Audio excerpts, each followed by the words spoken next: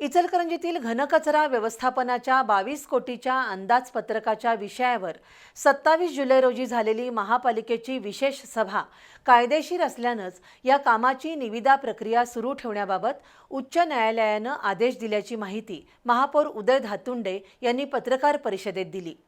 विशेष सभेसमोरील विषय आणि सभा बेकायदेशीर असल्याचा आरोप करत विरोधकांनी न्यायालयात दाखल केलेली याचिकाही न्यायालयानं फेटाळल्याचं सांगितलं।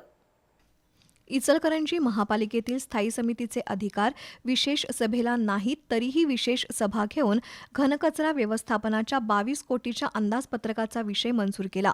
त्यामुळे ही सभाच बेकायदेशीर असल्याचा आरोप करत शिवशाहू विकास आघाडीच्या वतीनं विरोधी पक्षनेते उदयसिंग पाटील यांनी उच्च न्यायालयात याचिका दाखल केली होती। त्यावर न्यायालयात झालेल्या सुनावणीवेळी महापालिकेच्या वतीनं ॲडव्होकेट अक्षय शिंदे, ॲडव्होकेट महेश देशमुख, ॲडव्होकेट सिद्धार्थ करपे यांनी इंदोर धर्तीवर इचलकरंजी स्वच्छतेसाठी या कामाची निविदा प्रक्रिया कायदेशीरपणे सुरू असल्याची बाजू मांडली। त्यामुळे न्यायालयानं विशेष सभा कायदेशीर ठरवत त्या कामाची निविदा प्रक्रिया सुरू ठेवून स्थायी समितीनं पुढील कार्यवाही करण्याचा निर्णय दिला। त्यामुळे ती विशेष सभा कायदेशीर असल्याचं स्पष्ट झाल्याचं महापौर धातुंडे यांनी सांगितलं। तर स्थायी समितीला अंदाजपत्रक मंजुरीचा अधिकार नाही, पण निविदा मंजुरीचे अधिकार आहेत।